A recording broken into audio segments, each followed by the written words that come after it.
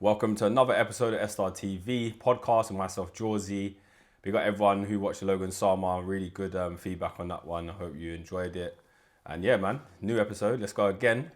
Today, I have in front of me a very, very well-respected DJ, but also a personality online. But I wouldn't say he has an online personality.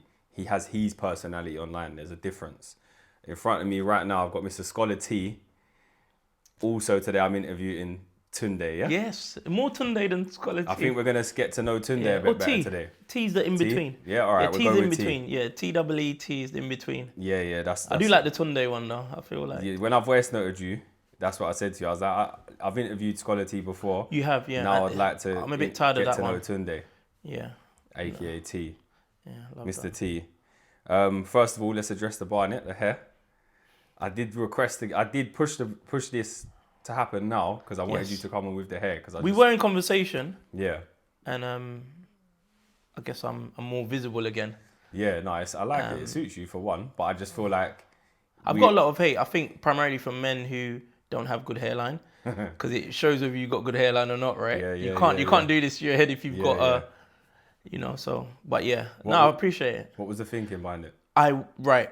Currently on sick leave / garden leave from my 9 to 5. Yeah. Going a bit mad with no structure, and I was going to Cannes. Big up my mate Jay Sweet. We went Cannes / Monaco. Jay Sweet, legend. Yeah, legend, very good guy. And I thought spontaneously with a week to go, I want to dye my hair, and that just says it all about me. I'm very spontaneous, and I thought at my 9 to 5 they won't say nothing anyway, but I wouldn't feel right with the work I do. I work in IT, and so I thought I'm on holiday mode. Like I've dyed it once before and it didn't go well, so this was like I need to bury that memory. So are you on holiday or on sick leave? Right, I'm on sick leave due to my ADHD from work. Oh yes, I'm sending it to them. You just said I'm on holiday, so. Oh no. I went on holiday to Cannes while I'm on sick leave. But when you're mentally off, you do what you want. In case you don't know this, so I'm off due to challenges with my ADHD. Okay. To be very open. So when I've not got a broken leg. It's a mental illness. Yeah. So there's no judgment. I informed them before I went on holiday. Okay. I informed HR before I went on holiday. It was part of my recovery. So what about time-wise? When you get signed off for something that's to do with mental health, is there a time on it? It's funny because I'm signed off on work-related stress. So, but linked to my mental. The time is take as long as you want, but I'm going back to work end of this month. Okay. I've told them don't expect another sick note from the doctor. How are you feeling about going back to work? Pissed I was ever away. Okay. Yeah, it's needs must while some adjustments are made at work. So it's not like I'm struggling, I've had an episode. No, nothing like that. It's the workload is causing me to struggle. So will you be? I'll be on changing light duties. Long term. It will just be doing hybrid, just hopefully more staffing, and it's all very much in the open. There's no legal ramifications. Okay. It's all about my journey is all about making society a better place due to something a disability I've definitely got that I've been diagnosed with last year. You see it as a disability? It's a mental disability. Okay. It's not how I see it. It's like if someone says I'm black and whatever you see yourself as, society sees it as a mental disability. ADHD is a mental disability. Okay. So you can actually, when they have disabled toilets, you can use that toilet. Is that official? That's official. It's a mental disability. That's me educating you. Yeah, this is what we're here for. Yeah. It's a disability, so I can get PIP. Yeah, I was gonna say, can you get PIP, a blue badge on ADHD? If you can show that it affects you in a mobility way, so if you can't leave the home, it's very complex. But ADHD can affect you in any way. Mentals lead to physical issues, so you can get personal independence payment because it's a long-term physical or mental disability that affects you, and you can also get this access to work benefit, which are things I've got in the works. I was going to say, have you accessed either of them? So I've just done freshly PIP. No, I'm a bit too proud which is not good. Access to work, they will use my occupational health referral to help get me. It will help with the application. Okay. Put it that way, because occupational health is key to showing that you do need these things for work, and access to work will give you the money, or you can purchase things that will help you, and that is where it gets interesting. You can purchase a massive screen, or you can purchase whatever will help you do your work. And at work could be at home. Nice. So Yeah. you can it's a disability. Okay. Yeah, but I don't like to. It's funny because you've never heard me say that to you. It's just because I'm hoping this will get to the right people, and it's a disability. Have you had that conversation with other people who are neurodiverse as well? On the way here, and they also accept it's a disability, or do they label it a disability? Because I'm not sure if that's official. ADHD is a disability. Okay. It's a mental disability. Okay. It's not about betting my house on it. No. So every day's a learning day. yeah. So there's legal ramifications if a typical workplace does not make changes for people that have an official diagnosis. What you do hear a lot is, I'm guessing most adults that believe they've got ADHD haven't gone and done the work. I got diagnosed by something called Clinical Partners. Big up Charlotte on that one. But yeah, so I've got an official diagnosis. I take medication for it. So it's a disability I have, rather than people that just say I've got ADHD, but have you got diagnosed? They'll even tell you, yeah, but they haven't really. No, not that part, but you was at that stage at some point. Because I remember talking I've always thought I had I've something. got it, I just need to get diagnosed. Yeah, Did it not take you a few times to get diagnosed? Big time, because NHS rejection, as an adult, it's hard. This is important, I think. This is an important conversation. Because no, very important. Some people might give up at the first attempt. Some people might say you're milking it. You haven't got ADHD. A lot of people milk it, and I think you probably were one of them that was thinking, and rightfully so. I didn't think that, because but anyone impulsive, I am impulsive, but how do you know it's ADHD? That just might be. Of course, 100%. Some people think I was on drugs. As a DJ, prominent house DJ, whatever you want to call it, I've had an argument with people, with a couple of girls. But you take drugs. I'm like, what drugs? But you take drugs. You're a house DJ. You must have taken Dizzle back in Persona days. What? What, have you never taken Dizzle? Never. Never taken cocaine. Balloons, weed. Okay. And weed helps my ADHD. Not that I do it regularly. I haven't taken weed in yonks. Okay. But yeah. So it is important. The best thing I'll say to people is not to try and take it away from you. They can inbox me. I've got an open door policy in any of my socials or WhatsApp if they want help to get diagnosed. This process took me 12 weeks to get me in. Did you get how many times? Did you get knocked back once or twice? Not with Clinical Partners. Okay, so they're part of the NHS, but my doctor doesn't even know about them. Nope. You can go private or you can go through your doctor. I laugh because my doctor didn't even know about it, and he diagnosed me with depression 8 years ago. So it's funny that, like I say, I'll never have come across it if not for this lady. That's why I have to say big her up. Charlotte, yeah. Yeah, Charlotte got diagnosed through this. Not only ADHD they diagnosed you with, neurodiversity, whether it's ADD, autism, schizophrenia. So I think I've got elements of my dad had something to do with hyper, I've forgotten the name. Okay.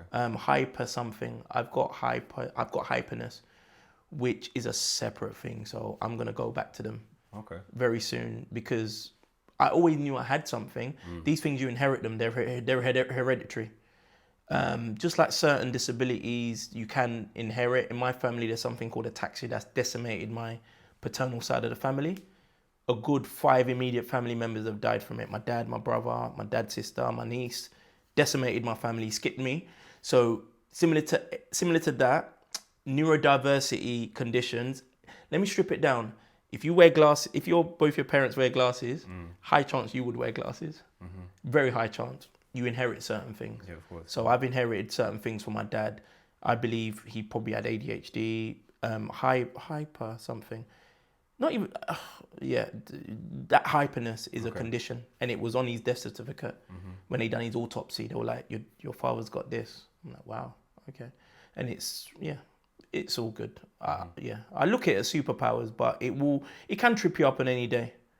So once you got diagnosed, did you feel better in terms of now you can start to understand yourself a bit more? I kind of understood myself. I got diagnosed July, August last year. That's how recent it is. Yeah, I remember. Through clinical partners, but I've been on a journey to not self-medicate, but accept it, and then what can you do to help it? So I kind of know what helps it and what doesn't. Do I always do what helps it? No. I'm a human being. I will F up, and I do F up. So there's things that help it, there's things that doesn't. That helps me. Is there a thing classed as an ADHD episode? Like, do you know when it's peaking or? Wow. So such a good question. You can have mental health episodes. You can have an increased anxiety episode. You can have a depression episode. ADHD episode. No, I don't believe so. But I do say to people, and I'll say now, my ADHD is ADHD and high. But that's because... Yeah, I've heard you say that. Yeah, that's because it's slang. I think that's because my depression, when I'm in the depressive mode, I won't be here, number one. I'll be in my bed. I'll be playing 8-ball pool. I know my depression. Okay. I'm gone. So then when you got diagnosed 8 years ago with depression, was your doctor right? 100%, because it turned from you're in a poor mood, a couple of weeks, 3 weeks, then it was 4 weeks, and it was like, it's time I told you this low mood is depression. You're having depression and anxiety traits, and it's because you overly care for your dad. And that's because we had conversations about things that are going on in my life, things that are good and things that are not. And also my workload in life, my life load. So he was fully right. And it's the only doctor I see for mental. Still the same GP, yeah? He called me yesterday. Nice. Called me yesterday. God bless him. Yeah. Even though he's not Christian, but yeah. Still same. Yeah, he diagnosed me and I didn't know what depression was. I related it to the Great World Depression in the 50s or the 60s. Just like when I heard the word narcissist, I related it to Nazis. I'm like, I didn't know what depression was. I'm 41 now. When I was 33, I was doing good. And I'm still doing good, but I was doing very good. I was not wild. I was not erratic. I was the life of a party, but yeah, it's kind of got worse since 8 years ago. So what, the depression or the ADHD? Both, but I think linked to medication or just further life trauma. I was going to say, because they do say trauma. Oh, trauma. So, marriage breakup, losing key members of the family, seeing bad things in general. Also, what was it I said to someone on the way here? Alcohol, losing access to my son. That I think has given me a bad injury. When you saw me at Cargo, I was going through a very serious life situation with my son. The earthquake had just happened. I found out his mum was doing stuff she shouldn't be doing. So just to step in there. Yeah, of course you can. Sorry. Don't be sorry. So we was at an event in Cargo. Yeah, sure. Shoreditch. Was it? It was Cheeky's. Oh, was it Cheeky's? You were next to Fever. Big up yeah, Fever. so he was at Cheeky's. Yeah, Cheeky's event. And I bumped into Scholar T, and I looked at him, and I just knew something was wrong. And I looked in his eyes. I was very erratic. There was not much going on there. Like I could see through you, if that made sense. Someone wasn't home. I was there, but I wasn't there. You wasn't home. So like I had to say to him, "Are you okay? Like what's going on? Like I don't recognize." And I knew you were being polite. But it wasn't being polite. It was more like. But what my point is if you do see someone that you know, and you can see they're going through it, then ask them. Stick it on them in the most kindest way possible to let them know that you know. Because if they're hiding something, and they're able, and you just don't recognize it, then big things can happen after that. So it's important that someone who recognizes someone going through something, you're there for them, whether it be harsh or soft, but let them know you know, because that way they might then respond and they might say, actually, you know what, I'm not hiding no more. I need to deal with this. I think timing is important though, Josie. Sorry to interject. I think timing and the individual. There are people that, due to them being a man, due to them being black, due to them being a personality of sorts that people look up to. I'm unfiltered. You'll know when I'm up, you know when I'm down. Yep. And people criticize it. I've had very close people in music say, why are you telling this whole O2 Academy, Islington of 800 people that you wanted to kill yourself? Did you say that on the mic, did you? Yeah, in front of, it was my Decade of Scholar Tea event. I mean, each to their own, but don't tell me what to do. I am my own person, and I tell you what, it works for me. So you know what you talk about with that Dr. Wizzy, right? How I handle my mental health, more time than not, helps me heal.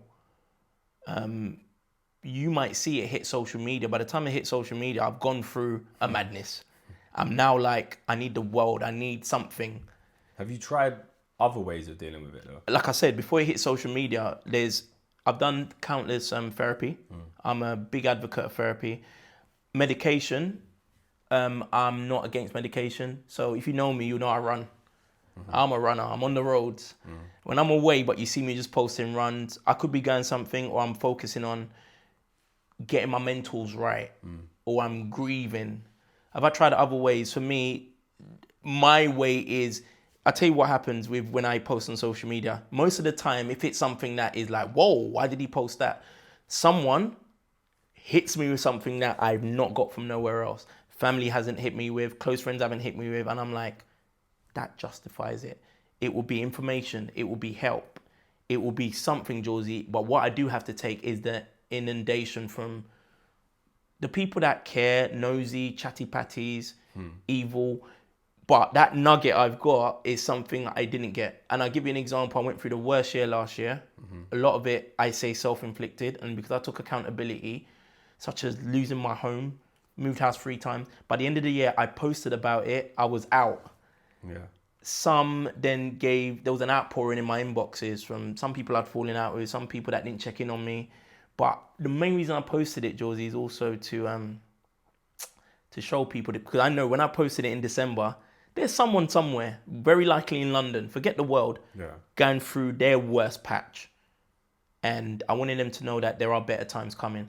Because one thing J Sweet did to me when I was going through the worst is, let me know if you need somewhere to lie down.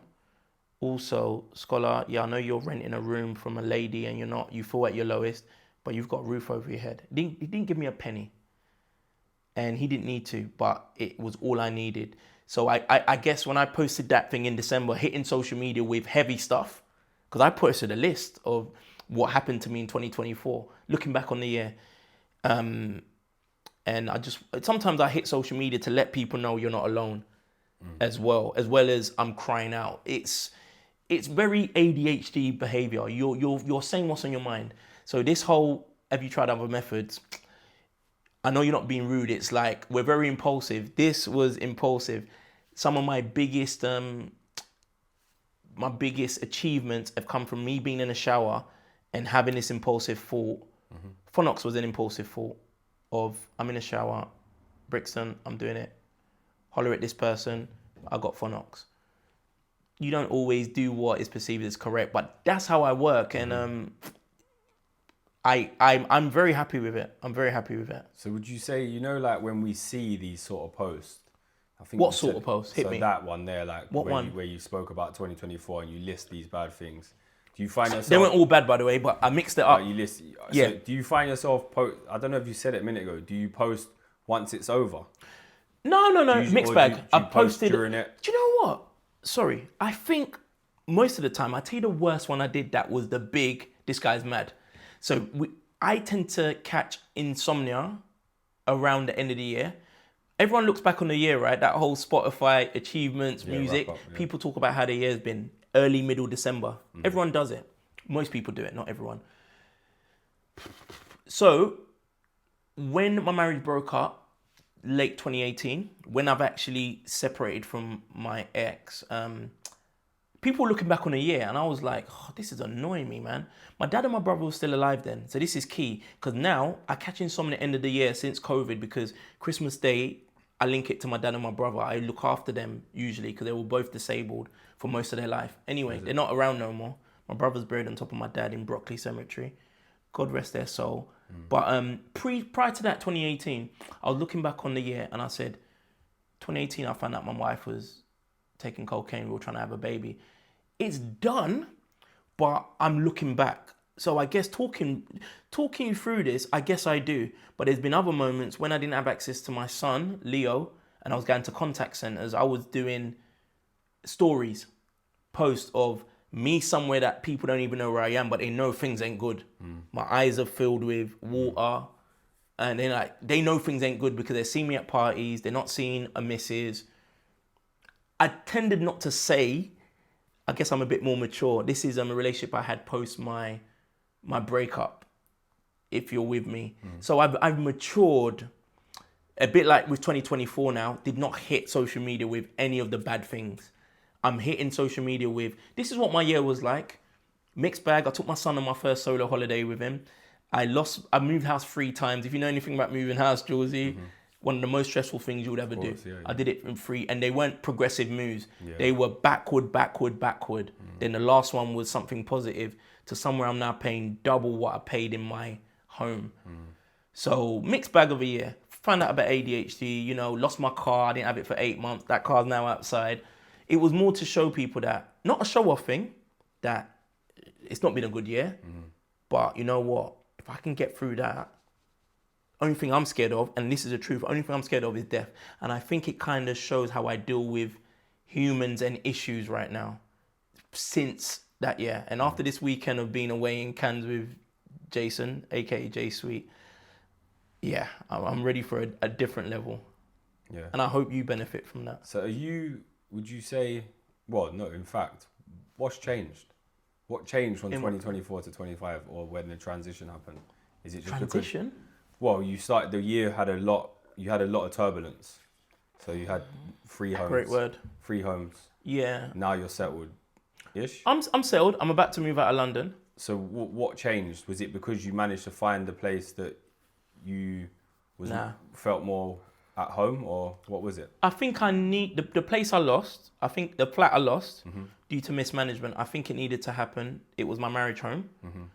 I'd got it before my marriage, but by and large, I lived there with my wife. So there was a lot of.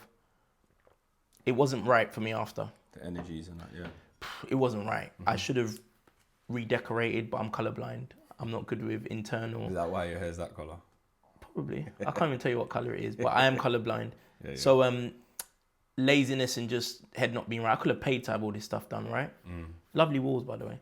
But yeah, so it needed to happen, but not the way it happened. I was uprooted.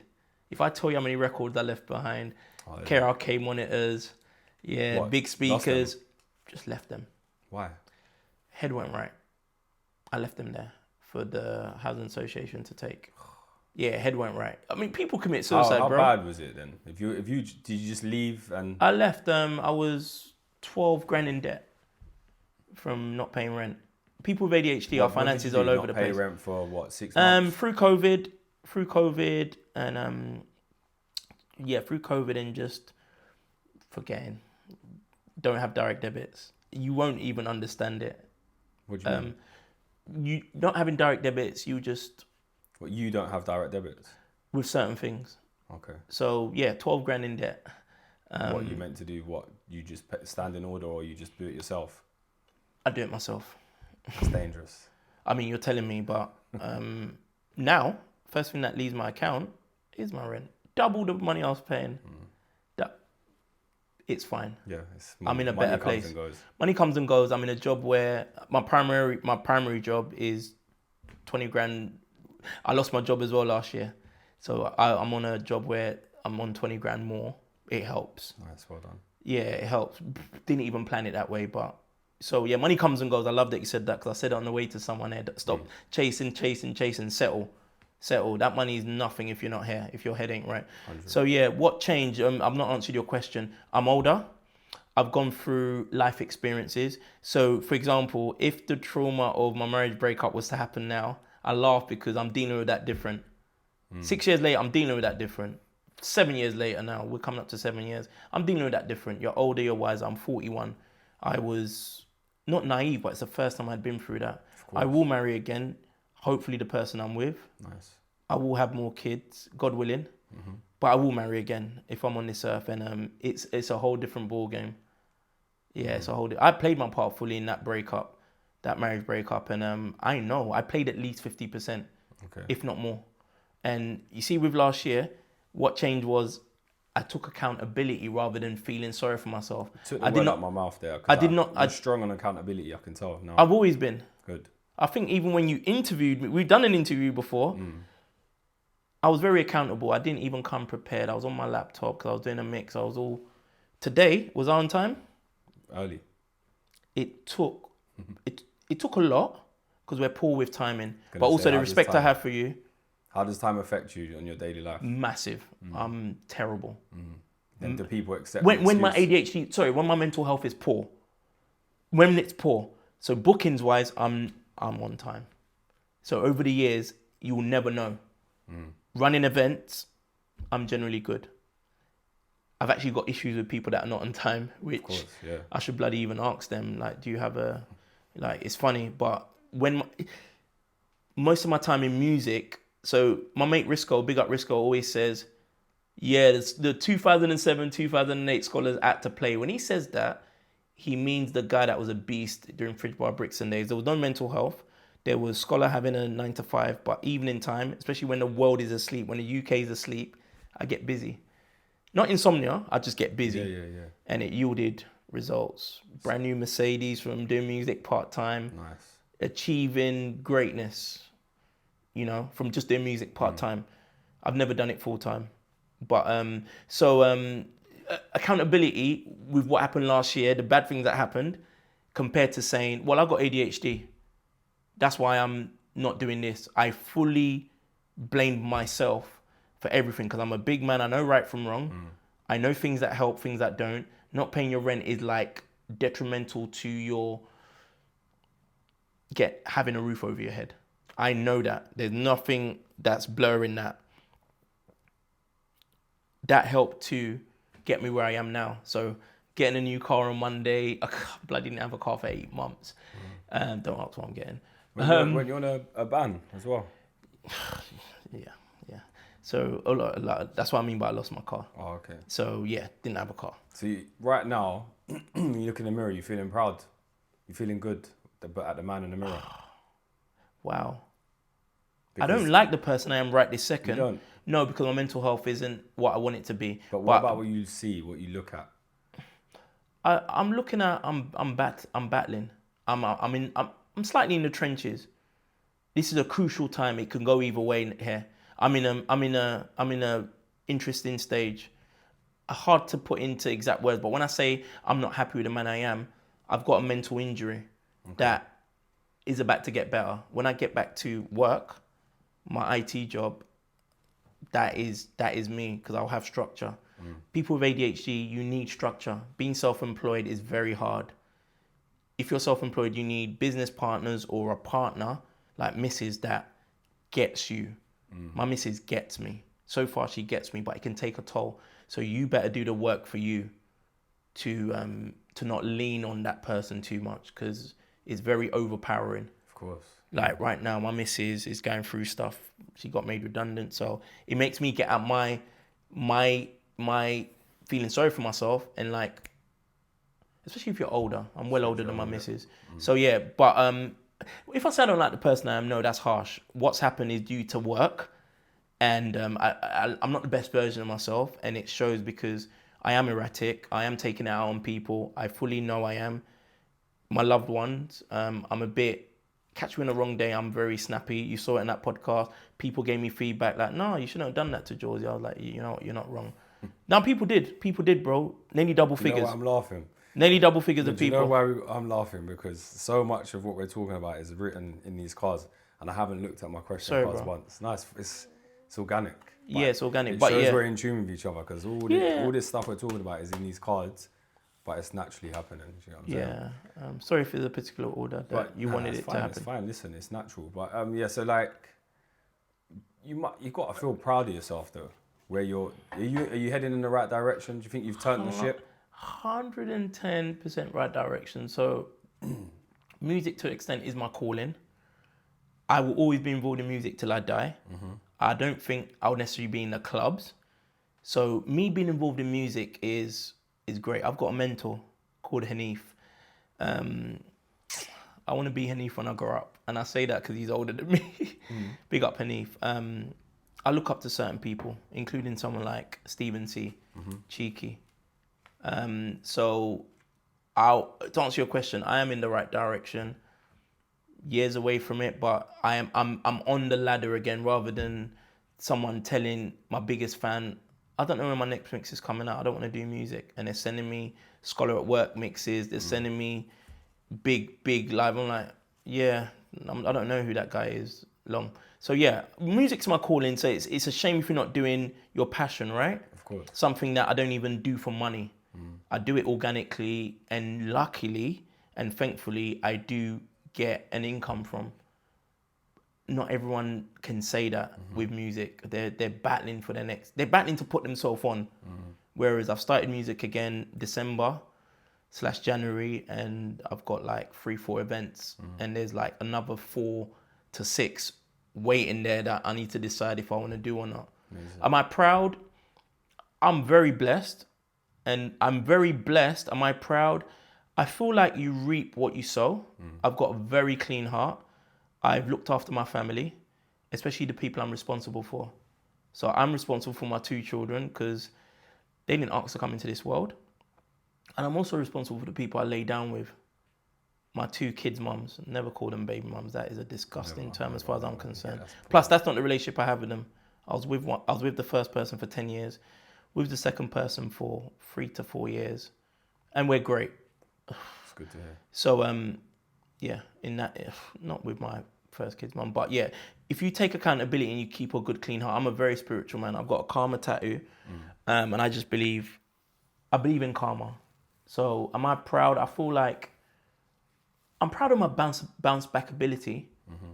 And they say something. There's a term that Christians say: God wouldn't give you what you can't handle. But do I believe that bad things happen to good people, man? True. Like, But yeah, I'm. Am I proud? I'm blessed. I'm blessed rather than proud. Okay. What happens to me happens. Sometimes bad things happen because it needs to happen. Okay. Well, just on that point, I think for someone who takes accountability when things are going wrong, take accountability when you've turned it around and you've made things go right. So, I'm poor at giving myself we can plaudits. see that now. That's what I mean. Maybe my therapist always say you're always sorry. No, I appreciate that. I'm poor at ways, doesn't it? 100%. And you know what? Bigger than that, and going with that as well is sometimes if you're too humble or you're too sorry, people would actually think, well, even he's sorry. Like even he's putting himself down. Keep him down. Yeah. The Whereas too humble thing can get you. It can. It does get me. Yeah, it can get you though. Where you put yourself on lineups, not praising yourself. I saw a post that skip past of yours. I didn't even give it time, but I think you were talking about your bookings. There'll be different kinds of people, yeah? Who do you think he is? Yeah, of course. Also, that's my guy, Josie. And then, I didn't know he's... okay, let me tune in. Let me lock in. Do you get that? Yeah, because you got to think the person on the receiving end it matters what their mentality is like. So let's just say if you're in a good place and you're doing well and I'm doing well, you're happy for me. If you're in a bad place, someone's in a bad place, there'll be hate there, or there'll be animosity. Or just a hate, a full stop. Yeah, or there's someone in a good place never want you to even get close to them. Yeah, that's the worst kind of person, really. I accept all them people in the world. I just know. You ain't got a choice. But I just know now. I just know where to archive people and put them in their box. But I do separate personalities from the talent when it comes to music. I will book people that I can't stand their guts. I will book people that are shit dads. Yeah, bro. I will book a shit mum. That's a mad one. Yeah, I will book a shit mum. Judging DJs on their parents. No, I'm not judging. It's what I know. Yeah, because I will have their kids' mums contact me. Tell your friend to come see his son. Like, raw, why? Oh, you're a good dad. I'm like, sorry. You know, furthermore, let me archive you because that's not my problem. When I've tried to get involved in that stuff, when I've got involved in that stuff, I've ended up being a bad person. So I'm trying to get my home right. I haven't got family. I live alone officially, Josie. So I'm moving out of London to get closer to my missus, to help my mental health. Woking / oh, that's not too far. / Guildford. Down at A3. That's not far. Well, no, not far. Depends what you're saying, where it's from. No, I need to get out of London for my head. Yeah, I know. And I used to always laugh at people in my old workplace that said, as you go older, you understand about more greenery. Yeah. I was like, whatever, you old bag. Now I'm 41 saying I'm out. So in the next 100%. month or two, I'm out. You'll get more for your money there as well. Plus, if you keep a London job. Yeah, you better. In a London waiting and that as well. Yeah. So. Well, I wanted to start off this pod by talking about the live. The live? Yeah, the live. So you've already touched upon it. So I did receive a few inboxes like, oh, why are you letting him talk to you like that? Oh, man. Why? I love that. He's rude, bare people. And my response I'm telling you, my people said that to me, so I'm not shocked at what you just said. We understand each other for one. Like, it wasn't like some spontaneous live and like, I barely know you. Like, I know your characteristics. It was spontaneous for you to be on there. Yeah, but I mean, like what we've done before, we know each other. So I know your character anyway. So if I came on there and wasn't expecting that, then more for me, because I know you. In the most and I think you're someone way. that can give as good as you get. If it needs to be, but more time I don't. More time I take it. Oh, really? Yeah, I don't need to. I'm quite like, I can respect people and their output rather than me having to put an input. Oh, you're a good guy, some man. people are very. I'm not that responsive. Do you know what I mean? Right. A lot of people. You're more of a listener?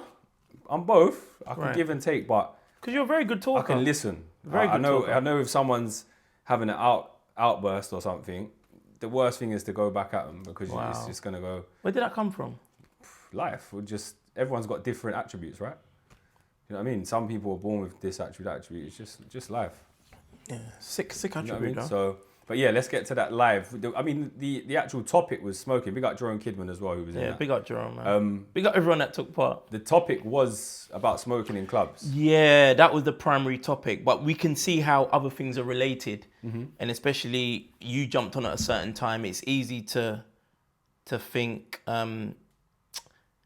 other people are being attacked or not to understand, not the assignment, but the topic. The reason I did this, the reason me and Jerome did this is because of over the years, not that this is the only reason some clubs are losing licenses, but one of the problems I've seen since, I forgot what year the government said no smoking in UK clubs. Mm-hmm. I come from an area where I was DJing where smoking was allowed. It was normal, yeah. Normal. Everything was allowed. Yeah. It's part of going at culture. So yeah, smoking in clubs, it's people don't listen, they smoke, and it's affecting events I've been to, it's affecting my businesses. I've had my events. I've had an event with Teaser when we did 7 get locked off for smoking. It's not nice. Of course, yeah. So I'm doing my event in Phonox. It's a big anxiety thing for me. What will happen when that person lights up? I'm on trial. So Josie, that was all the reason. That was a mastermind behind that. Let's talk about this. And you asked me on the live, what is your solution, Scholes? And it triggered me. It's a bit like at work. You took it wrong though. No, forget whether you meant it or not. It's how. No. You're trying to help with the solution. But at work, when I go to them with an issue with my mentors, someone from HR will be like, tell us what you want. No, I don't know what I want. I'm coming to you for help. So I'm coming to the masses and whoever for help. I've now got the solution. I've got the solution through those lives. I did a second one. Lovely. And someone inboxed me and I've got the solution. So if anyone wants a solution, I'm not giving it off on here. Why not? Because these same people. Save the clubs? No, I do want to save the clubs, but these same people that will. Because I said it on the pod about I've got ADHD, and there's people that message straight away. Forget this, because I guess they think I'm one of them people that just say I've got that just hiding behind it. Yeah. Whereas I'm saying what's on my mind 24/7. Then I think about it. Then it's when someone inboxed me and said, you did come across a bit erratic. Like, what's going on? And I told them, and they're like, sorry, Scholar, man. But I'm like, that's cool, but I need to take that on board. What do you tell them for them to say sorry? What happened and where I am right now. Okay. So that happened while I was off sick. The live was on a random Monday, Tuesday. I should have been at work. Yeah, I should have been at work. It was when they just slapped me on. Yeah. On that's not your business and not your problem. I should take responsibility, right? But they just slapped me on garden leave.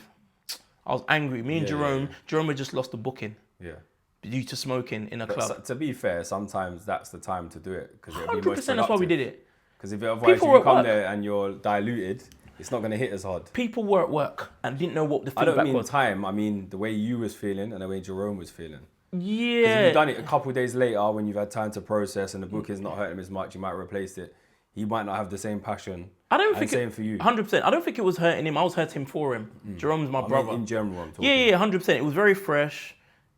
Big promoter was affected, and I was like, "Lovely club." Nah, that's not nice, man. But it's funny because I commented in the live about the crack, or I said it, You said about drugs. and no, because someone was saying that it was people smoking crack. Yeah, and in that particular event. that and same week. I'm so ignorant. No, but even in that same event, Yeah. I didn't know the difference between weed and crack. I'm ignorant. yeah. My dad So- even smoked this stuff. Yeah. Crack. I didn't know the difference. So, but smoking crack, smoking whatever. It's funny. I feel like there's a big difference. So for me, there's a rule that's been set. I wish to God we can. This is not part of the solution, I know, but if we can all march and kill this law, because there's countries and cities that don't have it, and they are, even if they say go to coffee shops to do it, they're so relaxed in it in clubs. For Christ's sake, I went to Phonox today where I'm doing my birthday event on the 3rd of April. I asked the question, so what's your rule on vaping inside? Anyone can vape. That's part of my promo now, to encourage the smokers. Please, on this one night, Is vape. that legit? This is the club telling me. Yeah. Phonox, So they aka got Plan a B. license. They got a license for it.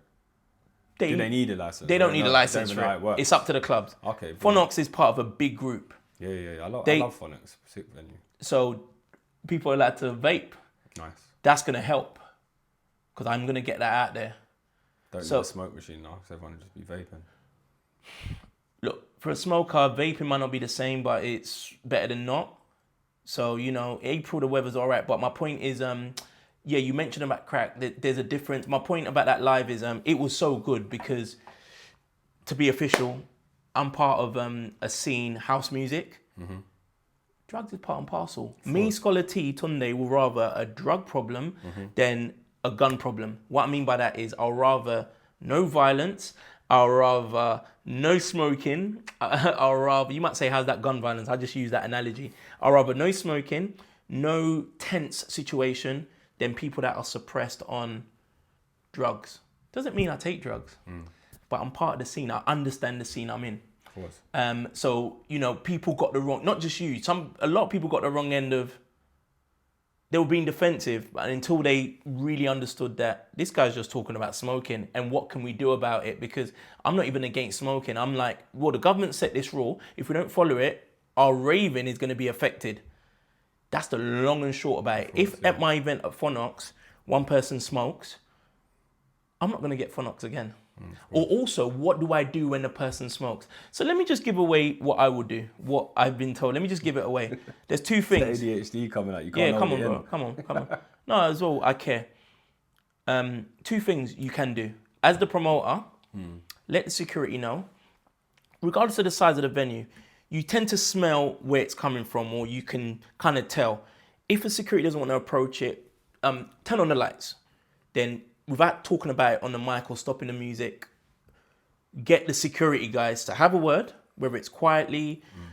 This is if it's small scale. If it's big scale, regardless, the minute you spot the first one, try and use the lights being on to address it. Me, if that happens at my event, any of the events I'm putting on, the music's stopping. And I'm happy to talk on a mic. I'm not a mic man, but I'm happy to talk on a mic. I am saying no smoking. Now, I understand why people do it. Shall I tell you why? It's part of the culture. People are going through what they're going through. You're expecting people that are already tipsy, drunk, under the influence of drugs to act rationally. Nah, I know how I act when I've got drink in my system. It's very, at times, irrational. So they need a bit of a helping hand or reminding of what's going on. Of course. So that's how I see it. So those are the two things I suggest. Okay. As the promoter, not the DJ, if I've got a booking at wherever, I can't really do it. That's going to go against what the promoter wants. But if it's my event, so at my next event, which is 3rd of April, all the DJs and MCs are getting briefed. Guys, at any given stage, you may be asked to stop that music and you need to stop it. And we're going to do X, Y, and Z. Regardless of the vibe. Yeah. I hear it. I'm not trying to not do business with Phonox again. Are you mad? I've paid 4 figures for this venue. Yeah. Nah, regardless of what I've paid, I've worked hard. Yeah, exactly. Yeah, so Got the opportunity as well. Just to also clarify, you messaged me after that live and you was like, you got you got an inbox and someone said to you they thought I came on there. I think I forwarded it to you. Yeah, I came on there to sabotage the live, and we know it's not I that. called someone else before I went on or something. Yeah. Just to clarify, Scholar asked me to go on. I was just watching. I was in Egypt. 100%. And he said, I hit you up. You come through. So there was no sabotage. Nah, there's no but that's not in my character anyway. No. I forwarded it to you. I found it funny. No, I forwarded it to show. As you know, we do music. People have different agendas. People have different opinions, and some of them are hilarious. But some of them are like, swear down. Nah, I need to clear that up. So it's good you've done that. Yeah. No, it was a laugh. It was good. But it just shows we have to be aware. We have to be aware because I felt sad, bro. Of what? Of how I came across to you. Why? Because I'm very overpowering. One, it was your life, so that you took control. Two, mate, I understand you. So if I was a person who's defensive or didn't understand people's characters a bit very well, but I'm a brand. Maybe I would have been like, yeah, I'm a brand though, and people might be all they see of me, and they're like, right. Let's jump to this then. So where have I got it? I've got it somewhere here. Yeah. So I've got it here. Do you think your antics online stop your progress? You mean whether good or the negative antics? We can the say interesting negative, ones, or we can controversial. The intrusive ones where you just when you just you come out unpredictable. A bit like the one where I said about producers, the ghost producers, because It's you said the other day probably a I big missed this scholar. You said I missed this scholar. Yeah. The other day. Yeah. It was about ghost producers and them trying to charge me for certain tunes. Yeah, that one. I think it stops the me impulsive scholar who will jump online. And, what, talk about his private life? On the bigger scale, someone like Kanye does it. Oh yeah, so Kanye's my hero. Yeah, so Kanye do is you my think hero. acting like that online, because listen, online is everything nowadays in terms of... You get judged either way. In terms of branding and everything like that, yeah? So do you think that has held back your career or messed up your brand? One, I don't care. Yeah, I know that. One, I don't care, and I think it's because I got 9 to 5, and I really don't take music serious. Tunde before anything. Tunde before anything. This scholar guy, get to know me, and I'll say, call me scholar. Call me Baba Tunde if you want, because that Scholar T guy is for the groupies, respectfully. Whether you're a man, woman, LGBTQ, it's for the groupies. So does it hold back? Yeah, it does. It does, because I'm a brand. So with what I said about I've got events to promote. Do I want people to come? Of course I do. Yeah. So when I got the feedback from even someone on the lineup at my next event, I had to take the L. This guy was in school with me. He says, bro, I knew from the day I met you, you had something. So he understands me, but he cares. This guy, he comes from a massive music family. He said, bro, you were erratic, man. Like, da-da-da-da-da. And I said, I get it. His name's Sean. I said, Sean, I get it. I'm like, no, I get it, bro. He cares. So you have to, I say I don't care, but I want people in the clubs. I'm not EZ. So EZ's at Phonox throughout March, every Friday. EZ don't need to do nothing. Yeah. I do. Yeah. And I understand my position in music. So on a Thursday to get 500 people out, I need to do, especially I'm not active. This is the weird thing about me. I do these big events when I'm not active. I did one at O2 Academy in 2017. I hadn't DJ'd for ages. Got 800 people. I'm doing this one. Every person matters. Every move should be calculated. I don't have management behind me. What is an appeal to me though is this guy is genuine. That's the appeal. So I feel like the fact that you get the good, the bad, the ugly, I can say it affects the brand, but some people, I think the real ones that will be fortunate to get to know me will be like, not even know my history, but just know that I've got a good, clean heart. He's only human. But all right, I understand the answer. Do people take you less seriously? The ones that think I take drugs. Like, do people not respect you? The one that put the DJs before Tunde. because us as DJs, primarily, I'm a DJ primarily, in case anyone watching this doesn't know. In terms of music, my primary bread and butter is DJing for other brands. That's how I made my name. They look at us DJs as a bit like footballers. Left school at 15, 16, did music, they're done. I've got a degree. I've got a very well-paid job, and I work for a very established brand, a multi-billion pound brand. So the ones that don't get to know me, they don't take me serious. And this is why this is part of the reason why on my social media, I decided I'm going to put my full name. Not because I'm trying to get a blue tick like some people do. You get the blue tick, you have to put your full name when you buy it. Yeah. I'm putting my name because I knew that it will do something, and it has done something. So I deal with certain clubs. They go and research when they start calling me Tunde. I'm like, I never told you my name was Tunde. I don't tell them that, but I say to myself, how do you know my name is Tunde? I've not yet done a contract with you. They've gone online. So there's ways I work around it and try to. I'm not where I want to be in music, but I'm not in a bad place. For what I take it for, I'm self-made. I tend to do music, and I get to a happy place by putting on my events. When my events do well, Scholar T gets bookings. Primarily, I'm a DJ for other brands. Yeah. So does it harm? I'm going to say overall, the person I am is the appeal to Scholar T. I really believe that, because I think I've got more fans than haters. I definitely have. What do you mean? I definitely have. Good. The general thing I get from my biggest fans are, you're the reason I listen to house music. You put me on house music. I came to Fridge Bar. I fell in love with house. That's what I get from my biggest of fans that grew up with me. Nice. Because I've been doing music for 18 years. Yeah. Yeah, because I'm just thinking, do you think it stopped some of the bigger brands working with you? Look, mental health and how you come across and how many followers you have, how... Because obviously you are a good DJ. You're a good selector. No, I appreciate that. I've got an ear for music. You've got the CV as well, though. So like, I've got you've got the CV. weight behind you. Yeah, the bigger brands working with me. I think so, because I've heard it from Cheeky, who dared to tell me you're not doing the right thing for where you want to get to. Love that. So then, how does that make you feel?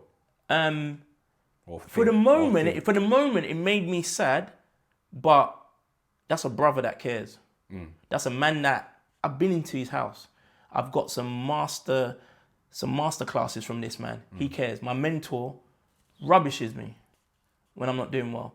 So how do I feel? I don't blame ADHD, but respectfully, they haven't been through what I've been through.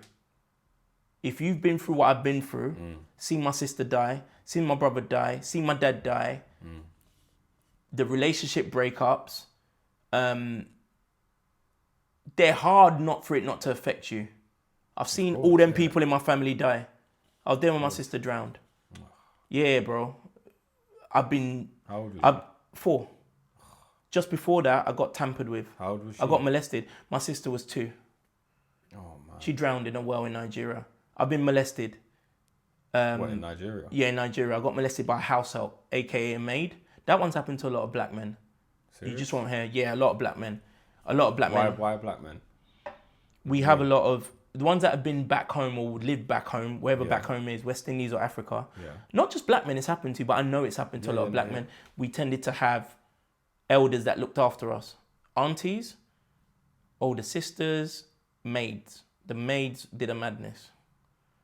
Who are the maids? Maids are house help. So if you're, let's say between... They're from there as well?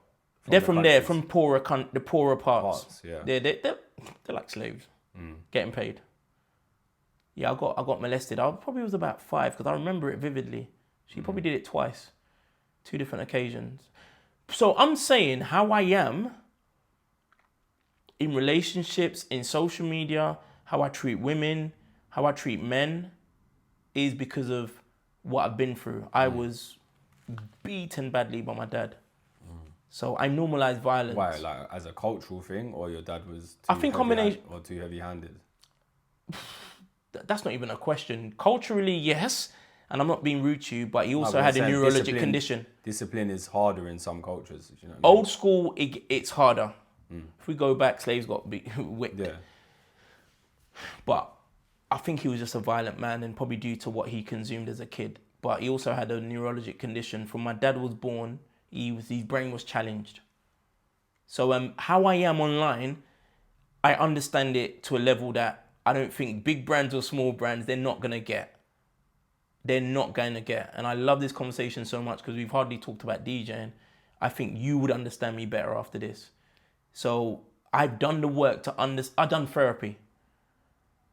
I've done different forms of therapy, from physical with a black man. What's physical therapy? Physical is like this, in a room. Yeah. Online therapy where you do Zoom. Zooms, yeah. I've done telephone.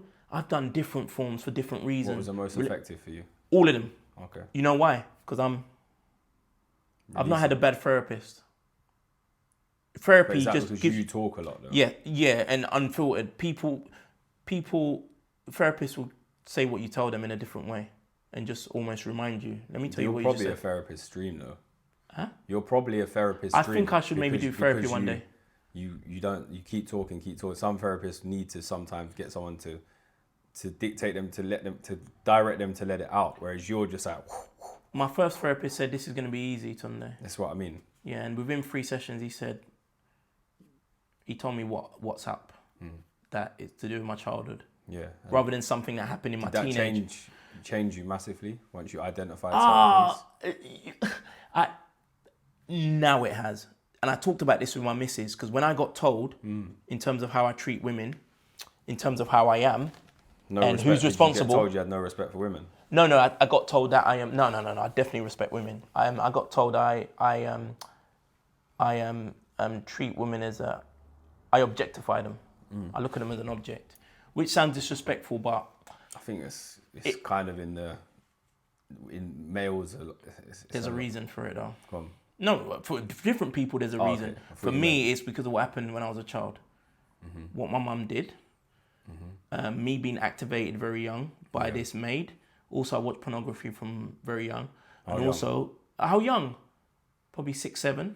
My aunties will show me porn. Not me going to it. Okay, I was going to say. They kept me in the room. Also, my brother was a linchpin with the women. So my brother's dead now. He died at 45. He would have been 50 this year. He died at 45 in 2021. My brother, he lived a fast life. He was a saxophone player. You might have seen the picture somewhere. Okay. But I saw him mack a lot of women. So that subconsciously showed me a lot of not settling, and also, this is done, I'm gone. So, and this is how it is when it comes to like me being the dad I am. Subconsciously, even though I've said the things I said about my dad, I grew up predominantly with my dad. How he was as a dad is a direct reason why I've chosen to be the dad I am, in terms of the good things he did, in terms of the discipline, in terms of the good discipline. The good discipline. I've talked about the violence. Yeah. The violence is also a part, just he was extreme with it. Okay. I wasn't a bad youth, my brother was. But without spending too long on the subject, I'm not materialistic. I'm mostly not materialistic, especially for this day and age. And that's because of my dad. So how I treat women, and going back to the online thing, until someone sits down, and you can't tell your story to everyone, right? Of course. Until they understand that, I absolutely don't care about the big brands or small brands. When I do play for them, I embrace it like, this is a mazza. But I don't forget Tunde. I don't forget Tunde, never. Because my dad will be vomiting in his grave. When you done your therapy, did you do it with any women? What did you White find? women, black women. Did you find anyone more effective than the other one? That can be woman, men, phone, in face. This is a very interesting question, because I generally believe in any work of life and roles, there's people that are not good at their jobs, despite their job title. There's rubbish doctors, there's rubbish surgeons. Yeah. All my therapists have been brilliant. Okay. They had an easy ride. Yeah. They did not, like some therapists, I think the word you were probably looking for was they have to prod you. So if you're not giving a lot, they'll be like, the first thing the first therapist said is, take me to your earliest memory. He said that, and it was Tunde, we've come to the end now. I'm like, damn, when's the next one? That's generally how it went. Nice. So good. they've all been good. Yeah, that's all good. of them. I'm a big advocate for therapy. Same. Me and my missus talked about it today. She said, if we don't work out, you need to go therapy before your next relationship. I wanted to cry. She said it in a bantering way because I'm putting her through it. What was making her say that? I'm putting her through it. Remember I told you I'm not too... Fully no. I'm... So then what because you're, a step further than 2024. 2024. Why are you not able to... It's still a battle, Josie. So stuff that's going on with work and me not having structure, I'm taking... You take out your stresses on your nearest and your dearest. Yeah, My son Leonardo gets it. So I've got the big thing I've got at the moment, in case you wondered, and I've not said it, is I'm suffering from insomnia. My world is upside down. When I take sleeping tablets in the night time. Drinking Red Bull at 9 o'clock at night, that's not going to help. Red Bull don't do nothing. I fall asleep easy. Coffee don't do nothing. It doesn't. In terms of what it does to keep people awake. Yeah. I suffer ADHD. The general thing with ADHD is we fall asleep. I slept through my degree. Falling asleep is never a problem. I can fall asleep on the decks. I haven't, but I've fallen asleep in a club when EZ's playing. So my point is, I'm putting her through it because I'm very, not edgy, but I'm very snappy. Yeah. Because you're tired. Lack of sleep is a bit of a root to all evil. They say money is the root to all evil. Lack of sleep will make will make Josie, who's a very cool and collected guy, maybe snap. And I recognize it is, but my insomnia, I'm choosing not to take weed. My missus helped me not to take weed to calm me down. Skunk helps me calm down and have a 9-hour sleep. Yes. Yeah. The sleeping tablets, I don't take it every day. You're taking them every day? I don't take them every day. Sorry, I know mine. No, don't be sorry. With time, I'm choosing. This is why I'm stubborn. This is something about me. I might know a quick solution. I don't want weed. I don't want sleeping tablets. I'm already taking medication for depression, for anxiety, for ADHD. I take ashwagandha, whatever it's called. I take some cod liver oil tablets that my missus got me. I don't want to take one more tablet, man. I hear you. It's affected my brain for the last 8 years. And I truly believe that. For anyone that thinks, don't this guy think the medication don't affect him? It bloody does. It bloody does. There's a concoction in my system, man. Do you take it every day, the ADHD medication? ADHD medication I do every day. Is it not advised to sometimes have a break from it? Not at the stage I am. We've only taken it for back end of last year. Is this the first one you've tried? Because there's a number in it. You need to get the one that's right for you and stuff. So the one I take... I think there's 3 or 4 different... The one I take also helps me with depression. Okay. It's the lowest dosage of that one. Okay. And when I first took it, the first 3 days was a madness in a bad way. Madness. My body was like, whoa. Since then, it's been good. Good to hear. It's not the solution. It's part of the solution for me. Yeah. Exercise, water. Me moving out of London is because of my ADHD. I need more greenery. London's too busy. As much as you need people around you, when things are, it's terrible. Well, we have the internet, so most people, you can get in touch with anyone. I'm moving 1 hour away. I'm moving 1 hour away. That's to get through London takes you more than an hour sometimes. Yeah, of course it does. Yeah. A question to you is, what would you say is your gift as a person? A gift? Yeah. That I was gifted with. What's your individual gifts when you look at yourself? I'm a very good dad. Okay. I think looking at society, it's not a given that dads are good. So I wouldn't say I'm an exemplary dad. I could do more. But I think the fact that I'm a very good dad and I'm accountable for my children is not a given. So to me, it's a gift. Yeah. I've also got a good, clean heart. I don't generally wish people bad. I think that is massive. I'm very forgiving. Like if I think of one person in music, someone comes to mind. I've tried to squash that beef a week ago, 2 weeks ago. That's me. Not because I'm trying to beg it with them or get into their brand. Yeah. No one's killed anyone. Yeah. So no one's killed anyone. You might not think we can work it out, but we can work it out. And did you work it out? I'm waiting for a reply from that person. Okay. But it's cool. I might be ready. They might not be ready. Also, not everyone's like me. So what's the gift? Forgiveness? I've got a good, clean heart. Okay. Not forgiveness. I don't even look at it like they did anything wrong. There's just a clash of personalities. Okay. It boils down to a clash. But the person that's done me most wrong in life, who's probably my mum, knowingly or unknowingly, I still send money to her every month. Do you forgive her for them things? I forgive her, but part of me can't wait till she dies. Wow. So my trauma's over. Big man thing. Have you spoke about that in therapy?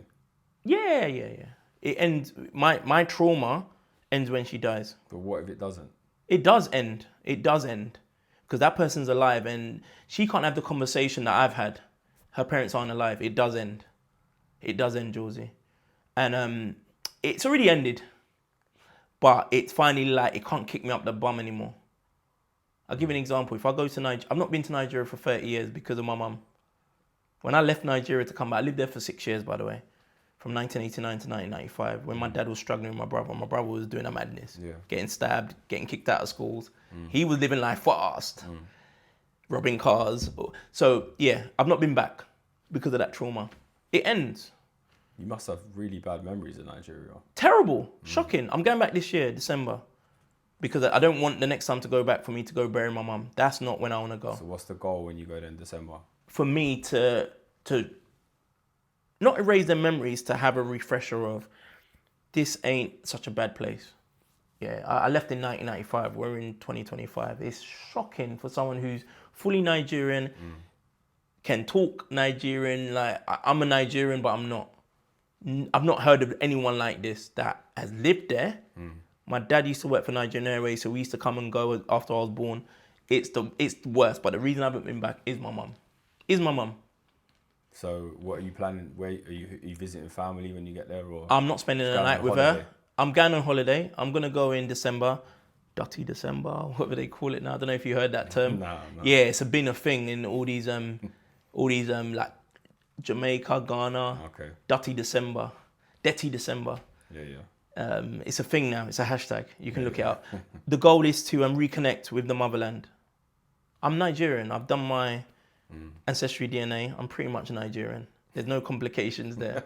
Yeah, I did it. Banging. It's banging. To reconnect, but also, it's not for my mum. Nothing to do with my mum. Selfishly, I don't want to go back. The next time I go back will be when I go to bury her, because it's going to fall on me. I've got no siblings left. My brother's gone. My sister's gone. It's me. So I'm going there for me, for my mental health, for my therapy, for my healing. I'm not spending a night with her. In fact, my mum's got women. See her? I will see her, but she's got women laid ready for me when I go there. I've told my missus, you might have to come with me. Deep, right? Different. Yeah. Different. So there'll be people watching that said, what? You wish death on his mum? No, I don't. But she's not going to be here forever. And if it goes the right way, my mum's lost 2 of her children. She should go before me. I think she deserves that. Yeah. She lost 2 of her children. She didn't come to my brother's funeral, which is mad, but it's culturally, they don't do it. Oh, is it? No, I had to bury my brother myself. Wow. Yeah, which I just think it's massive. Mm. But yeah, when she dies, it'll be part of my healing. Maybe that's more polite. Yeah. It'll be a next level of healing. It's still a very deep thing to say and picture. I'm picturing it. It's deep. But so people cut off their family, yeah? I get it. Yeah. You won't. I don't expect no one to get unless you've seen what I saw that she did. Yeah, exactly. Knowingly or unknowingly. Yeah, she done a madness. Yeah. No, she done a madness, and I'm very, very. It's very, very fresh. A lot of it happened. She ruined me. My mum ruined me. Everything I think of women is big time to do with my mum. And it also transpired to the leaving me, abandoning me. So when I came back to this country, I didn't see her for 10 years on 2 periods. So it continued. So how have you managed to look at women in a different way? Because yes, I flew my mum. Part of me losing my flat was when it got really peak, I decided I don't care about that rent that you're telling me I have to pay. I flew my mum over because I was fed up. And I had it out with her. Oh, okay. That therapy happened 6 years ago. So my therapist said, this is the issue. You now have to choose whether you want to change. Then Are you going to, no, you want to change? Yes or no? Can you change? And then, are you going to change? The first one is, do you want to change? It took me years to come to terms with that, because when I found out, I was like, I'm mashing the works. I'm mashing bare women. Got several women pregnant. It wasn't the time. It wasn't the time. You don't just do it instantly. When you've done this thing for all your life. I was 35-ish.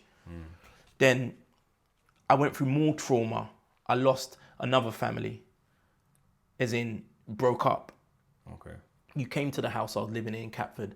Then it's like, I've had enough now. I remember all them things the therapist said. I want to change now. Can I change? Of course I can change. I'm a beast. I can change. No. Do you want to change? Can you change? Yes. Then are you going to change? I'm changing. So I'm at the stage of, I don't go places that are going to tempt me. I don't do stuff. I told my missus, if I go to this place on my own, it's going to be a madness. Furthermore, babe, look what I did with alcohol in my system with you, with me. I told you, get out of my life. So what do you think happens when I'm somewhere else? And I told her, get out of my life. I bloody love her to bits. I love her to bits. So do you get where I'm coming from? Yeah. So I think your question was, it's deep what I say about my mum. I'm very strong on it because I've done the work and I know the role of different people. My dad also did a madness, but he's dead. You see what I mean? I've never cried a tear for his death. My brother, I cried buckets of tears. Sibling loss is the next thing. Next thing, especially when they die early. Do I look at women differently? Hell yeah. So I cut off people that don't treat women nice. How you treat women is very important because their role that they didn't ask for. No one asks to be white, black, Cuban, Asian. No one asks to be boy or girl. So for me, women are going through, go through a lot, full stop. So give them a bit more TLC. When I book a female DJ, I give them a bit more TLC because I know what's going to come out. Scholar, with respect, other DJs have not done what you've done. I'm like, damn, son. So yeah. In this day and age of like social media and stuff, and people posting wins, mainly wins. Yeah. What do you measure your success on? Because we might look at people that you was on the same lineups with, even ahead of, that might now have, there's people with big festivals now, big events. Yeah. And this doesn't be music, it can be in life. What do you measure your own success on? How good a dad I am. Nice. That's it. When my mentor said that to me, I was like, damn. I relate, but really? Then I thought about it. What they said, that's what they... Yeah, it came out. It came out just them talking. So my idea of a mentor isn't someone that said, I'm going to be your mentor. The person doesn't even like it when I say he's my mentor. He hates it. He's like, what the hell? What the hell? But when he said it, I took it away and thought... What did he say? We were just talking. And he was like, you know what, Scholar, I've got X amount of money across the years, every year. But nothing beats the success of me being a dad. I measure myself by how good a dad I am. Because once that's good, everything else falls into place. So last year, Josie, I didn't do music. I had 5 bookings. I didn't push myself. I didn't advertise myself. I took out my SoundCloud. Yeah. Scholar T page was there to post primarily running and a tiny bit of banter. I did 5 bookings at max. I focused on family. My kids. Things went a bit pear-shaped with my big son, as they can do. He's 22 now. But that got right. Other things fell into place. So my measure of success is not money in the bank, not the bookings, like you said. I couldn't give a FF about the bookings. And if you know me, you really know that I try and treat a little bar booking compared to a festival booking. Luckily, I've played in festivals. Luckily, I've played abroad. I've put on events abroad, mainly Europe. But I try and treat it the same because I approach it with Tunde, man. Yeah, I approach it with Tunde. This guy's some alter ego that I play up to. But I'm happy for the ones that have, on the music level, they're past me. On a human level, they're no different to me. I don't look at them smaller or bigger? Yeah, I meant, so I didn't just mean the music. No, you did say overall. That's why I said Yeah. my success is. Yeah, I like that. Yeah, I don't know their personal life. A lot of them, all I know is your achievements in music. And for me, I don't give a FF. So just staying on the music though, where does Scholes sit now? Where's your space in the music game? I'm definitely in my own lane. Look, I've got people I look up to. I look up to Stephen C massively. Massively. He knows. I look up to Hanif massively. And so I went to EZ on New Year's Day. Okay. EZ, the DJ. Yeah, I saw you post. Yeah, EZ and Todd Edwards and Sticky are the reasons I do music. But number one is EZ. Hold that thought in a minute. Sorry. About Sticky. Yeah, so EZ is the one. Weird you said that. Yeah, EZ is the one. So where do I, as a DJ, he's the benchmark. No bling. He's mid-50s, I think. He's done 30 years. Madness. I'm not even done 20. Yes, you've got a long way to go. You've got at least 15 years in the tank. And I think I look good for my age. Yeah, definitely. Mate. Where am I? I'm in a very unique space where, God, I don't do music for X amount of time. The proof is now in the pudding. I will come back and I've not done a mix, Josie. Sorry, I'm not. All I've done is these that thingy, live, AIG live. Yeah. Done a lot for where I am now. In terms of exposure. I feel like that could be your lane as well. The lives. I feel like you're definitely onto something. There. Really. 100%. That particular one was very early in the year. If we go and look back on it, and it was so being visible has helped me because online it's all about visibility. Yeah. Not everyone can mix, right? And if you can't mix, go sync. The crowd don't care. Yeah. The crowd don't care, bro. So I'm in a unique lane. I think I'm still trying to find out. By the end of summer, I will know. I want to do events abroad. I want to do events in France. Amsterdam, I've got an event planned in Amsterdam. Nice. Bring you along, man. You like a bit of Dam? Yeah, of course. I'm going in a couple of weeks. Event? I don't smoke. Got a job out there. A job, Yeah, nice. yeah. So Dam is somewhere that I thought about moving to. I told my missus we're moving to Dam. She said no. I said okay, babe. Rotterdam's meant to be. Rotterdam's nice, popping. a I've bit been better to. than- He goes to Rotterdam a few times for event. Meant to be a nice place to live compared to Amsterdam. I love Amsterdam. But so I'm in a unique space where I think end of summer, people put people into different lanes or Premier League. If you were to ask me where I am, mate, I'm in Championship, man. I'm like your team. Maybe a bit better than your team. Do you know what? It's funny you say that because I was about to talk about another big stress for you, Man United. Why are we doing that? Because what's going on with your team? So what's happened with that is I've fallen out of love with football. Okay. Why? My team. I've gone from being a quiet, on it fan. I had a Man United group I created, got about 50 people. I had beef in there. Imagine. My team need to get relegated. A mad reset that I've never ever seen in my time supporting them. I think that will be the best thing. Seriously, I'm telling you this. It happened to Newcastle and they're doing all right. You know what I mean? I think it will be the best thing. It will be a bigger shock than that. No, it'll be a bigger shock. It will be a biggest shock because we're, to some people, and at some stage of our existence, the biggest club in the world. Newcastle can't touch us in that respect. The second most successful club in the country. Liverpool are going to have more trophies than us after this season. So what's happened is, it makes sense to me what's happened. Big mismanagement. Them Jews, the Glazers, they've really done us in. Yeah, they're making money without winning trophies and they're going to carry on. Yeah. They're not leaving. They're on generational wealth. The Malcolm Glazer, who bought us, worked till he died. These Jews are on it. They've got a stranglehold and big mismanagement. That's what's happened to United. But you know what? I'm very humbled at and proud that I've seen 2 Champions League wins. Unlike the Arsenal fans, they've never seen one.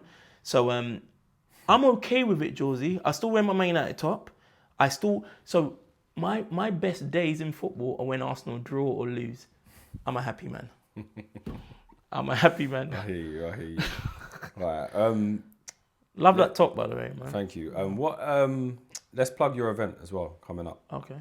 What one? I've got 3 events. So I know is Fridge Bar Reunion yours as well? I'm involved in that. Okay. Is that class? I'm the face of that. Yeah, that's classed as Okay, voluntary. so yeah, Big hit up Mikey us and with the Ralph. dates of the phonics and the So Fridge Bar. Phonox, I've got my comeback event, my first DJ gig this year. I haven't DJed since Carnival Sunday.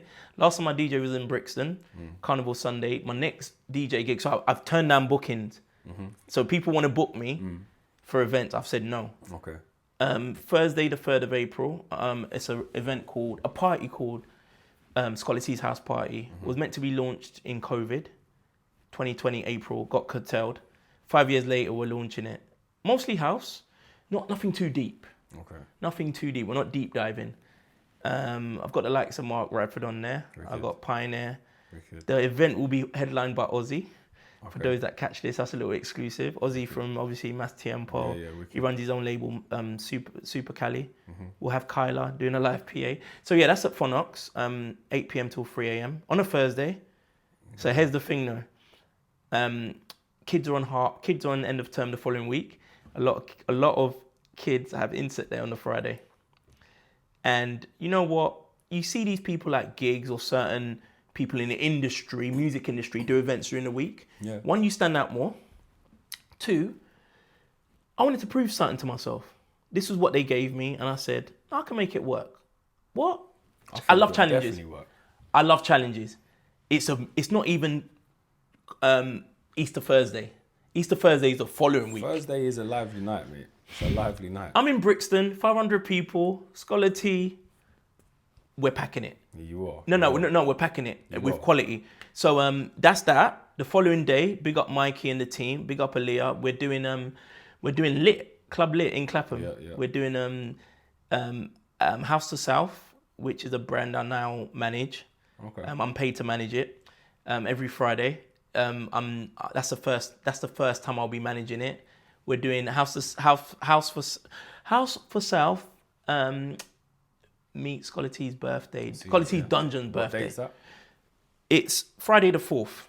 So if you want Persona, Fridge Bar, a bit of 7, the old school 7, big up teaser. That's going to be no fluffy stuff. Underground. Wicked. We're deep diving. Have you done your lineup for that already? Yes, so the lineup is all Aries DJs. Okay. I tried to look for Aries host. I put out a post across social media. Not one came back. I can't believe there's not one Aries host out there. So the hosts are not Aries. I got people like NSC, Risco, Soup. So I would say a humble lineup, but it's full of Aries DJs. I got Carlos Aries playing. I tried to get Super D. He's Aries. He's out the country. I tried to get Shannon. Shannon's going for a birthday meal. That day's Shannon tomorrow's birthday. So I tried to strictly Aries. So that's the appeal. So that's the second event that I'm pushing. And the massive one, in terms of numbers, the big event, it could be the party, the Bank Holiday Sunday, 25th of May. We're doing a Fridge Bar reunion. It's going to be 700 people. It's selling like hotcakes. Secret London location. Oh, okay. I'll tell you after the thing. No, that's fine. Yeah. No, I'll tell you. But it's massive. I'm looking for a camera person. I'm looking for a video person. It's same day as Originals. Big up Originals. They're doing a day party at 338. So nighttime. I'm doing nighttime, and I've just been told today Four Corners Festival's on that day as well. So that's a daytime as well. That's right? the festival. Yeah, finished so 10, 11. You're laughing. Yeah, you're laughing. Look, I told people, let's avoid paying the 60, 70 we're charging on the door.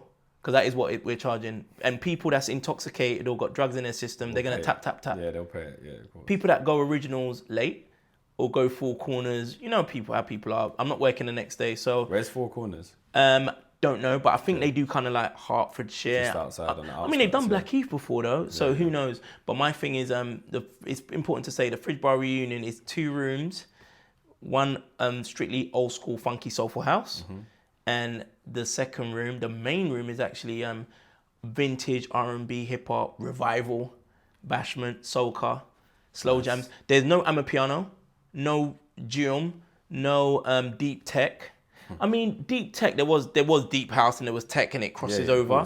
But there's no new school house music. So anything that you classify as new school, none of this UK AMA. If one DJ plays that stuff, they're not getting paid. That's literally what I've told them. Okay. Yeah. So that's what I've got. Man, That's what I've got going on. Very exciting. It is exciting because keep your head in the game, man. That's all I'm gonna say. Keep your head in the game. I think health is the key, but all three are different.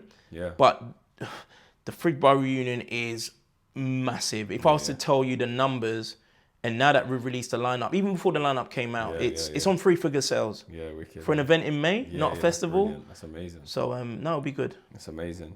One other thing you get a lot of criticism for is your bananas on your plate. Oh damn! I did it this week again. Yeah. Is it nice? It's lovely. So it's the whole sweet and sour thing. Yeah. Apparently, it's a Somalian delicacy. Yeah, that's right. Actually. And my dad, God rest his soul, showed me about it. I thought it was a Nigerian thing. So my dad's sister, my auntie Roti, who's like my mum. So in the absence of my mum, I talk about my mum being absent. I've got 4 aunties, 2 from my dad's side, 2 of my dad's sisters, and 2 of my mum's sisters. They act as my mother. Okay. Brilliant. My auntie Roti is a savior. She says, no, it's not a Nigerian thing. It's your dad's thing. She told me that a couple of years ago. I was like, oh, auntie, I didn't know. So my dad showed me about it, chopping banana.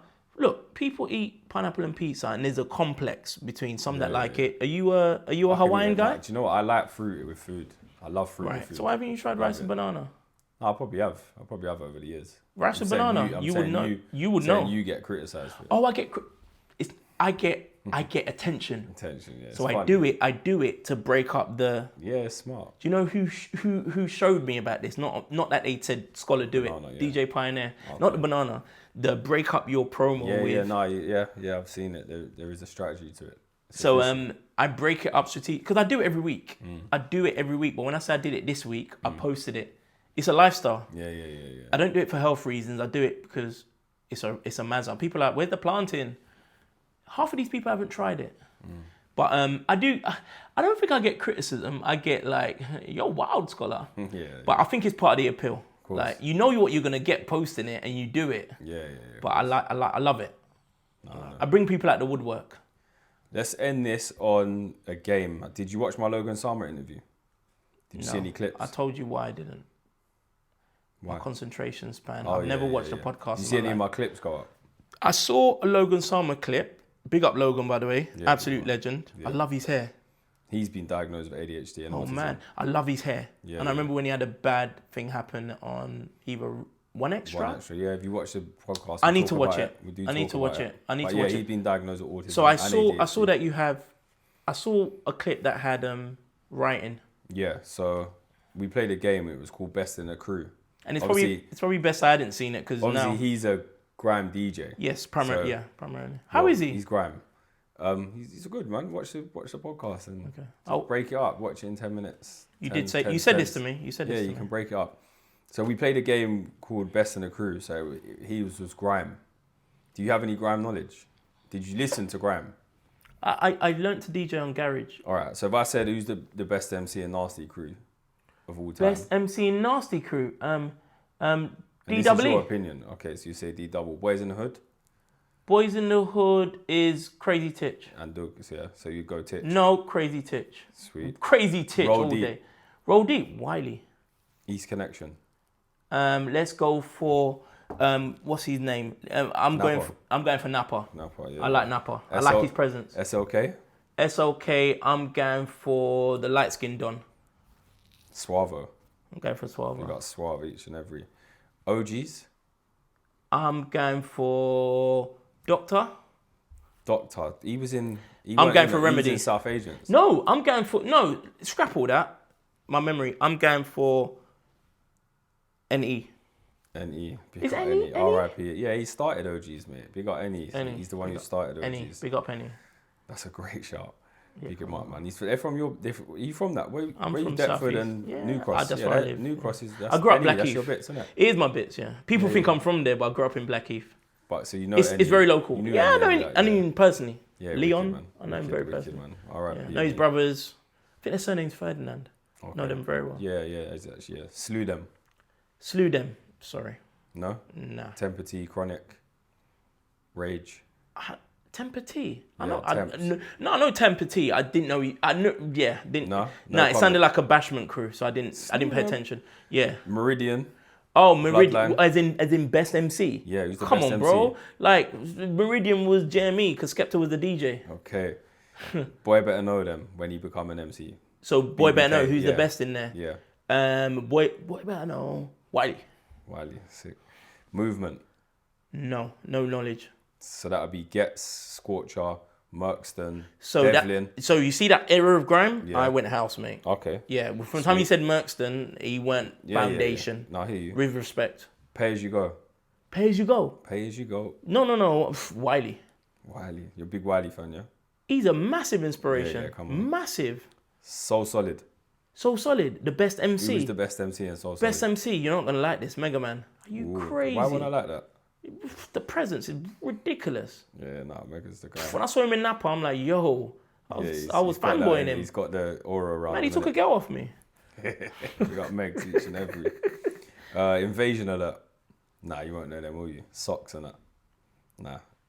You're gram through and through, fresh, bro. Yeah, but this was to Logan, isn't it? So Right. Stay Fresh. No special delivery. I know special delivery. Major Ace. Tell me who else was in there. This is a spin-off crew. Yeah, so it was like Major Ace, Bashi. Who else? No, I remember them. There was no one bigger than Major Ace, man. R.I.P. Major Ace. Special delivery, Major Ace. This was after Pay As You Go times. Yeah, exactly. Major Ace was in the East Coast for a while. East Coast as well, yeah. East Coast. Rough Squad. Rough Squad. It has to be my Man United, co-Man United fan, Tinchy Strider. Yeah, it has to be Tinchy Strider. All right. DJ S or Shannon Amara? Wow. In terms of what? Go on. In terms of what? Who's better? Overall? Yeah. DJ. Let's go DJ, not promoter. DJ. Shannon has gone past. Shannon. But S was better. S was better. Shannon has done the, what's the word? He's done the time. Yeah. Yeah. Shannon way better. Now. Okay. Wow, you went there. Carlos Aries or Majesty? DJing. Yeah. Carlos Aries. Bad boy. Fever. He's an Aries. Fever or Kismet? DJing. Yeah. With respect, I respect both of them. Definitely Kismet. And it's not an easy one, but definitely Kismet. Yeah, Pioneer or Super D? DJing? Yeah. Are you mad? This is Pioneer or Super D? Yeah. Pioneer before the crashes. Before the car crashes. Okay. Super now. That's mad. What are you doing? Yeah, but yeah, I book either. Yeah. I put they I can't separate them. Yeah. So I have to put that there. Who did you go? No, it depends on the day. Oh, when I do my birthdays, so when I do my birthday, Pioneer. Yeah. Because of Super's got his birthday. Super's not there. That's how mad it is. Yeah. If it's another time of the year, I'll be like, who did I book last? That's to show you the respect. Of course, come on. Bezo or Jada? DJing. DJing. Has to be Jada. Do you know what's funny? This is gonna be mad. I fancy Jada. Fancy the pants off Jada. Mad. There's a video of her dancing in the petrol station. I sent it to my boy Jason. I'm like, yo, I know. Yeah, I don't know why you're laughing. I fancy the pants off Jada. Are you mad? She calls me bro. I wasn't expecting it. Nah, I fancy her, man. Are you mad? Oh, man. Too sick with it. Yeah, Big up Bezo though. Big up Bezo. I think I've got more data on Jada. Well, there you go. I'm not. Bezo is a monster from what I've seen, but Jada, yeah, she's very versatile. And I booked her for a Fridge Bar reunion. She tore the place down. Yeah, come on. Audio Whore or Originals? I don't think that's fair. Why? Audio Whore's not a festival. It hasn't even reached that level. It's a brand. So as a brand, as just an event. Yeah. Currently, Originals. I love Originals. Yeah, I love it, man. That's us on drugs. Yeah. Big scale. London on drugs. Is Yeah. New York. Originals is that on a big scale. Yeah. It's amazing. Yeah, and I say Originals is in Fridge Bar reunion because I'm in conversation with Super D about using Desi, and I'm like, I'm going Originals with Super. That way. Yeah. Seth Combo or Kitty Amore? DJing. Yeah. DJing. No comparison, bro. Seth Combo. Done. Master Steps or Sticky? DJing. Are you talking about DJing? Because you could be talking about making tunes and there's no comparison. No, DJing. Oh, I had this conversation about Steps, and they dissed it, and I was like, no, you're taking a mick. Master Steps. No comparison. I love Sticky as well, DJing. 'cause you mentioned Sticky earlier. I mentioned Sticky, but it's from a tunes perspective. Being in Ministry of Sound, hearing Golly Gosh, triplets, 1, 2, 3, like it's that person playing the tune. Yeah. He's producer DJ. Master Steps he's not a crap DJ, Sticky, and he's got a good hip hop knowledge, very good hip hop knowledge. But Master Steps is DJ. You might not even know he's produced a track. If you're Gen Z, you might not even know about Melody. But he's made other tracks. Are you ready for the dance? So Master Steps is a bad boy DJ. Okay. Mad DJ. Killing it now with Stephen C's event, Forward Motion. Killing it now. People probably criticize it a bit, but everyone's allowed to change. I see even Mark Radford doing a bit of more call it the Amapiano, the more Afro side. But if you call yourself a house DJ, go in any direction you want. You ain't got to be tied down. Listen. Yeah, the haters will hate. Yeah, come on. Yeah. No, he's killing it, Steps. Heartless Crew. This is mad. So Solid or Pay As You Go. No, you have to give it to Heartless. Me personally, I would have loved for it to be Pay As You Go, because that was more me. When they had the beef with Heartless, I'm like, F Heartless, man, what the hell? Wiley, but Maxwell, but for the longevity, for the Mo's not in there, but you still carry on through the hard times. Heartless all day long. Big up all of them. Yeah, man. For the longevity. Big up Mighty, man. Because they got Dash with 1 extra before, come back and... Yeah, it's true. Mad. I love the bounce back ability, man. And Fonty's a mad DJ. That alone is mad. Creed or PSG? You're taking a mic. Creed. All right. Last one. Scholar T or Tunde? Unanimously Tunde. Yeah. Unanimously. I love Scholar. Big up Scholar T, but Tunde, man. Scholar T is getting buried soon. After the 20 years. Big up as well that video of you in the garage rave. It's a sick video, nostalgia. You commented on that the other day. Guess what I did? Someone said it to me a long time ago. I pinned it. Oh, is it? I pinned it this week. Yeah, no, that is a wicked video, man. That is probably the biggest sign of my ADHD. Why? Because I've stood out a lot. You know Dancing Boy Brown? No. Jay Brown. Okay. He's got, you know him when you see him. He's a garage raver. He rolls with, he hot steppers in his clique. I used to go raving with him. Not with him, I used to buck him in the dances. I say buck, sorry. Meet him in the dances. No phones. Didn't care about, all I cared about was my ticket money. I would usually drink water or steal a drink from the bar. I came with friends, but I was on my own thing. Not even dancing to the camera. We'll look for gal, but I wasn't a gallus. So I was very unfiltered, like I'm here for a good time. And it looked like I was on drugs. Like it really did. And I think that's me at my happiest. Nice. So yeah, I was a garage raver. Yeah, you can tell you had the skank. Big garage raver. And so, I ran through the comments the other day after you commented. Someone said when Scholar used to dance, they were hating. But I guess that person is not the person you're looking at now. I'm an extrovert, but behind the decks, I'm introverted. But you know what? My brain is doing a madness. My brain is going through a madness. If my missus is out there, I'm like, is she okay? How's Leo at home? Focus. Swear down. How's Leo? How Leo's at home? Is his mum showing him a madness? How's my big son Jay? Is he still depressed? What, while you're mixing? While I'm mixing, bro. Great. Wow. Yeah. I know that person from there. Are you okay? Yeah. So there's no room to dance, but give me some alcohol. Yeah. I can lose myself. But it sounds a shame, but I'm good. Yeah. So even my 2 birthday events, 3rd and the 4th, the plan is not to get drunk. Okay. Because I told myself from the minute it opens, my main birthday event, 8 p.m, I want to be your host. I want to be the best version of me. So I'm on business. I'm getting smashed on my actual birthday. Well, 2 days. On the 5th, I'm going Electric for Sam Divine. She's headlining Electric, which is the place, God willing, I hold a headline show for my 20 years. Then the 6th is my birthday. I'm going to get smashed. But I'm going to be on business mode, but I know people ain't going to have that, man. They're not going to have it. I want to see you have fun. They're going to be like, you're going to refuse a drink. Yeah. So I'll see where it goes. I've got close protection that day at my birthday party. So if you do, you said you're at work, but if you do come, Josie, and you don't have access to me, it's because I've been given close protection. Nah, no joke. Okay, fair enough. All right, well, I appreciate you. I appreciate you, bro. Do you know what? Like, literally, everything I've wrote down here, we've covered naturally. Like, I only looked at my cards a couple of times to go through the questions, and you was naturally letting it out, which is amazing. So imagine how I am in therapy. Yeah, that's what I said, man. It's easy money for them.